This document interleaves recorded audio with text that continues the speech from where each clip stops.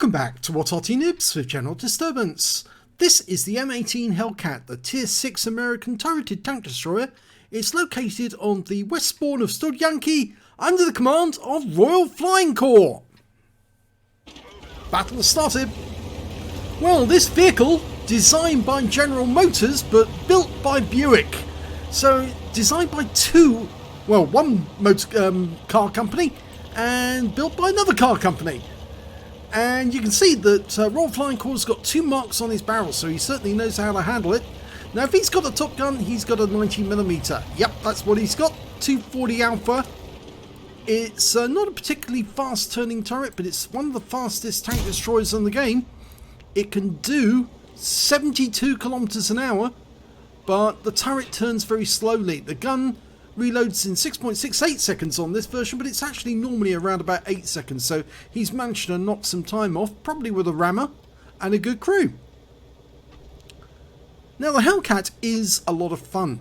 It's a bit like the T67, its predecessor. I didn't get through the KV2 on that occasion, but he forced the KV2 to pull back.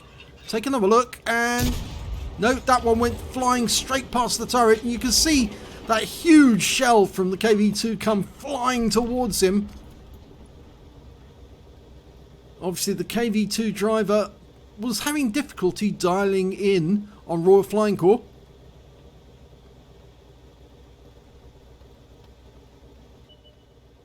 Okay, we've got a new target. It's a Comet. Okay, can we get a shot here? Probably. Oh, it went flying straight past the turret again, and the KV2 keeps coming back.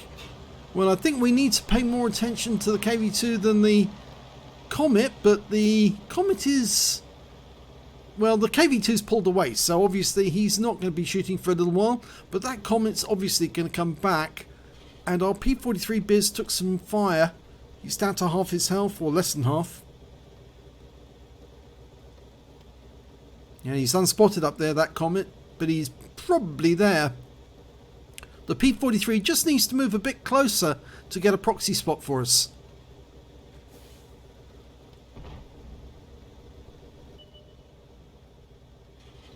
Now, it's true to say that most of the Hellcats that were sent to France during the Second World War, and it was the fastest tank in the theatre, most of them were armed with a 76mm gun.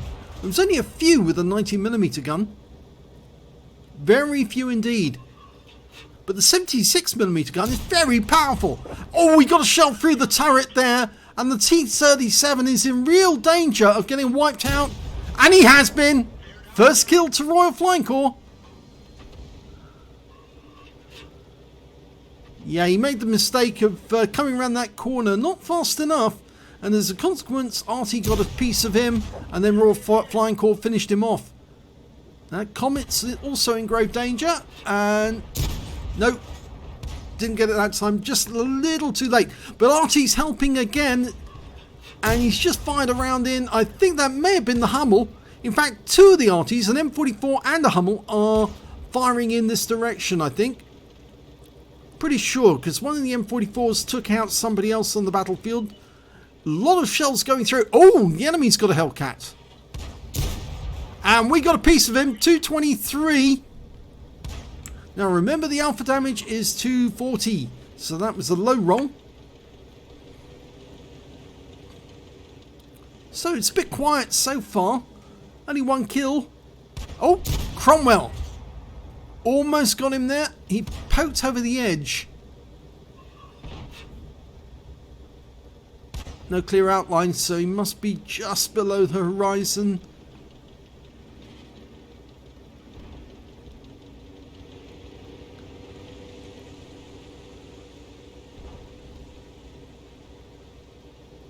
Well, Arty's doing a good job. You can see the ground being kicked up around there. That's going to upset the Comet and the Cromwell. And the KV2's come back. And we've got a Rudy who's just nosing around the factory edges. There's the Comet. Pops back again, but he took another round from the Arty. All of these shells are really having a good effect. They suppress fire. They keep the guy at bay. and even if he pokes, he gets punished for it. It's also persuading that Rudy not to move it up into the forest area. Oh, we just lost the Type 64, though. He was taken out by the enemy's Hummel.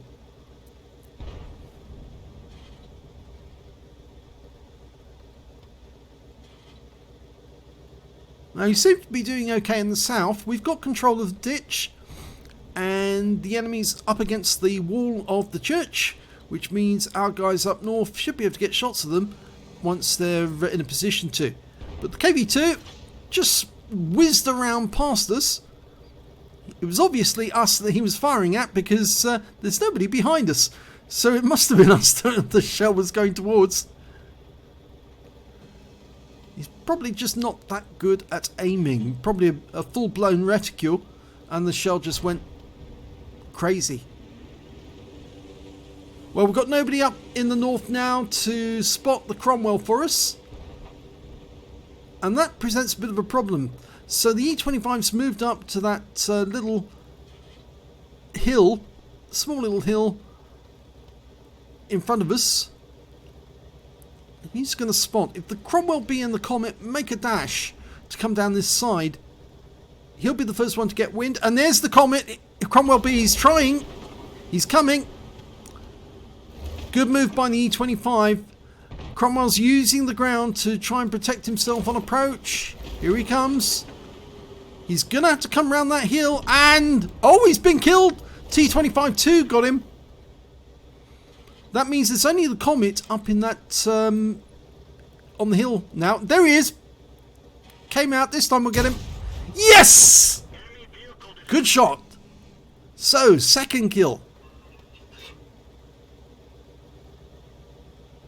Scores, well, we're one down at the moment, but it's still early in the game. I'll say early in the game. We're halfway through the game, that is.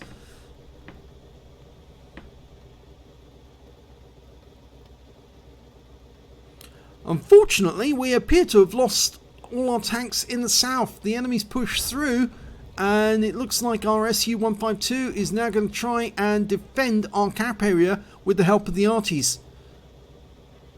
So that means we probably won't get any Arty support now. The E-25's moved up.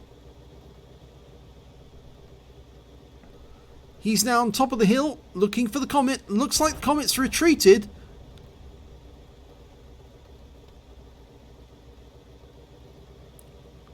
Now would be a good time to make a move. Yep.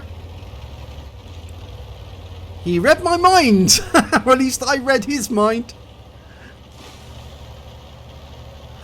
There's certain times during a game when you realise you've got to be fluid. You've got to move and take the initiative, seize the initiative, and that way you get all the start getting the kills. Because the enemy is probably just too sedentary. They're just sitting there doing nothing on their with their bums on their hands, waiting for somebody else to make a move. No shot on the Jackson. He's the other side of the factory. So I think we've got a clear run into the enemy tank area, into their cap area. We could probably take out their Arty. They've got 3 Arty, a Hummel, an M44 and an Su-8. And as you note, both the Su-8 and the M44 have got a fast fire rate. And he's just checking the corner, which is a wise decision after my little escapade with an Arty in that corner. It does pay off to have one there. But nobody's gone up into the corner, so he's now going to go down the back. Can he get shots on the enemy by the factory first? He'll probably get spotted, but he can take them out. One more shot to kill the KV-2. He's preoccupied and he's gone. Jackson's next. One shot. He's looking at our teammate. That didn't pay off for him. Paid off for RoyalFlyingCorps though. That's his 4th kill. Now it's Arty time. If he loads the HE, he's actually onto the APCR now, but if he loads the HE, he can really have an effect upon those Artys, because the alpha damage of the HE shells is 320. so he could one-shot most of the Arties. There's one of them. It's the M44. Gone. He's still firing the APCR. That's going to cost him. There's only 4 enemies remaining. 2 Arties, though. Potential Pascucci's. There's the Hummel. He's on the move. He's so far away. Oh, good shot. And this is Top Gun and a Pascucci's. Now, where is the last one? The SU-8. That is a potential Dumitru's. There's only 2 tanks left on this game. An ISU-122S, which is a premium tank, and the SU-8. There's the SU-8. Oh, he tried to shotgun us, but Royal Flying Corps was quick and got the shot in. But he's lost 267 hit points in the process. The ISU-122 was last seen near the centre. He might have returned. There he is.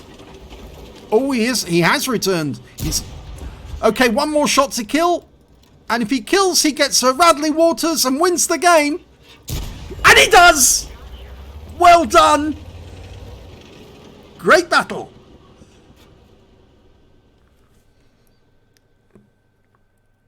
Let's have a look at the end of battle stats. It's an ace tank up at Royal Flying Corps in the M18 Hellcat. He also picked up a Reaper badge because he got consecutive kills with consecutive shots. And yes, I think you noticed it was actually 5 in a row, I believe. Because, was it 4 in a row? 4 in a row because he killed the Jackson, all 3 Arties, and then... Oh no, well it was all 3 Arties he had the Reaper from, that's right, sorry. Because he had took 2 shots to kill the ISU, 2 shots to kill the... KV2 and 1 shot to kill the Jackson. So yes, I was getting very excited that it was 5 in a row, but no, it was 3 in a row. He also picked up a 5 for effect, but out of the epic medals, he got a Dumitru's medal. He killed all 3 enemy Arties. Would have been better if he'd used the HE rounds, but he decided to use the APCR, guarantees that the shell will go through. And he also got a Radley Walters medal for killing at least 8 enemy tanks. He got 8 exactly, a high caliber for dealing the most damage in the battle, and a Top Gun as well for getting at least 6 kills. His win rate for that game was 7,312. So let's have a look at the team score. There you go. Highest damage in the game, 2,445 hit points of damage from that game. The next highest scorer was the SU-152 on his own team. Managed to get 1,576, and after that it was the ISU-122S who got 1,295. When it came to kills though, he was way ahead of the others. 8 kills, the highest scorer on the enemy team, 3 kills for the M44, 2 for the Hummel, and nobody else managed to get above 1 kill. And when it came to base XP, again he's got the tops. Top in all 3 columns, 1,155 base experience points, 665 for the M44, who also managed to pick up a Confederate, and 649 for the E25. He fired 21 rounds in that game, got 15 direct hits and 13 penetrations. He only really missed on those shots where he was firing at the top of the hill and distance, and the shell just whizzed past the enemy target. 2,445 hit points of damage, of which 1,515 were at more than 300 meters. He did receive a hit by way of splash damage from the enemy. That was from the SU-8, as you saw. Did a lot of damage to him. And he spotted 1 enemy vehicle, one of the Arties. Damaged 9 in the enemy, killed 8 of them, and did 327 hit points of damage assist. On a premium count, he earned 36,438 credits, got 50,000 credits for Veni Vidi Vici, 86,438 total, and after repair and ammunition resupply took away 57,881 credits. Got 8 bonds for getting those medals, and 1,732 XP times 2 for the first victory, took away 3,465 altogether. Fantastic round there by Royal Flying Corps. I know a lot of people actually recommended me to do this replay because they saw it and thought, wow, that's good, and it is a good battle. It really is a good battle. I think I would have been more active when there was a bit of a lull in proceedings to sort of like go up to the hill and finish off that Comet and Cromwell face to face. But other than that, I think it was great. So if you enjoyed that replay, please give this video a like, do subscribe to our channel if you can please, and hit that notification button because we do put out a lot of videos. Yes, probably too many some people say, but there's a bit of whatever takes your fancy. There's tank battles, there's arty battles, and some people have actually just said to me just recently that they never believed that an arty battle could be so interesting. That's the caliber of some of the arty battles we get sent. So thank you very much for watching.